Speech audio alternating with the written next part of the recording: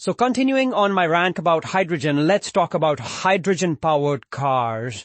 You know, every time someone talks about an electric vehicle, there's always one dude who's talking about hydrogen and how that's the big thing. I'm going to prove you wrong. If this sounds like AI, it is, because I work in the energy sector, and if my colleagues knew that I was spilling the beans here, I would be in a lot of trouble. So let's get back to hydrogen cars. So here's the thing about hydrogen. The reason why hydrogen is being marketed and hyped as a solution is because when hydrogen burns, it has a high calorific content, but also when it burns as water, which is a clean thing and not like carbon. And so therefore it is proposed as a solution for climate change. But let me tell you this. To produce hydrogen, if you put 100 watts of energy, 100 kilowatts of energy to produce hydrogen, the hydrogen that is produced when it's burnt will produce only 25 kilowatts of mechanical energy.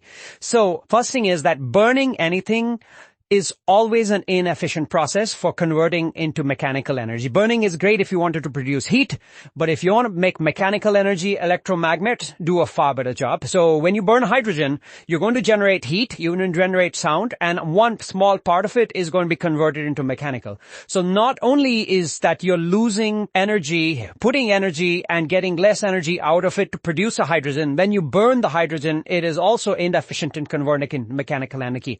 And this is a big bing against hydrogen cars. Next thing is that to store that hydrogen, I saw a video somewhere of a hydrogen car, and basically all the back of that car was full of tanks with hydrogen. So to store that hydrogen, there's no easy way to store hydrogen. It takes a lot of volume, and so either you have to compress it, which takes energy. So there is no way out a hydrogen car is ever going to make it in this world, especially at the pace of innovation that is happening with battery tech, from like moving away from lithium, nickel, cobalt, and to like far cheaper solid state batteries. And then the range and the efficiency of an electromagnet powered car is way better. It just can't beat it. So hydrogen is just hype from the fossil fuel industry, because that way they can continue to use their pipelines, their refineries, their compression tanks, and all of this can have another decade or more if we keep believing this hydrogen hype.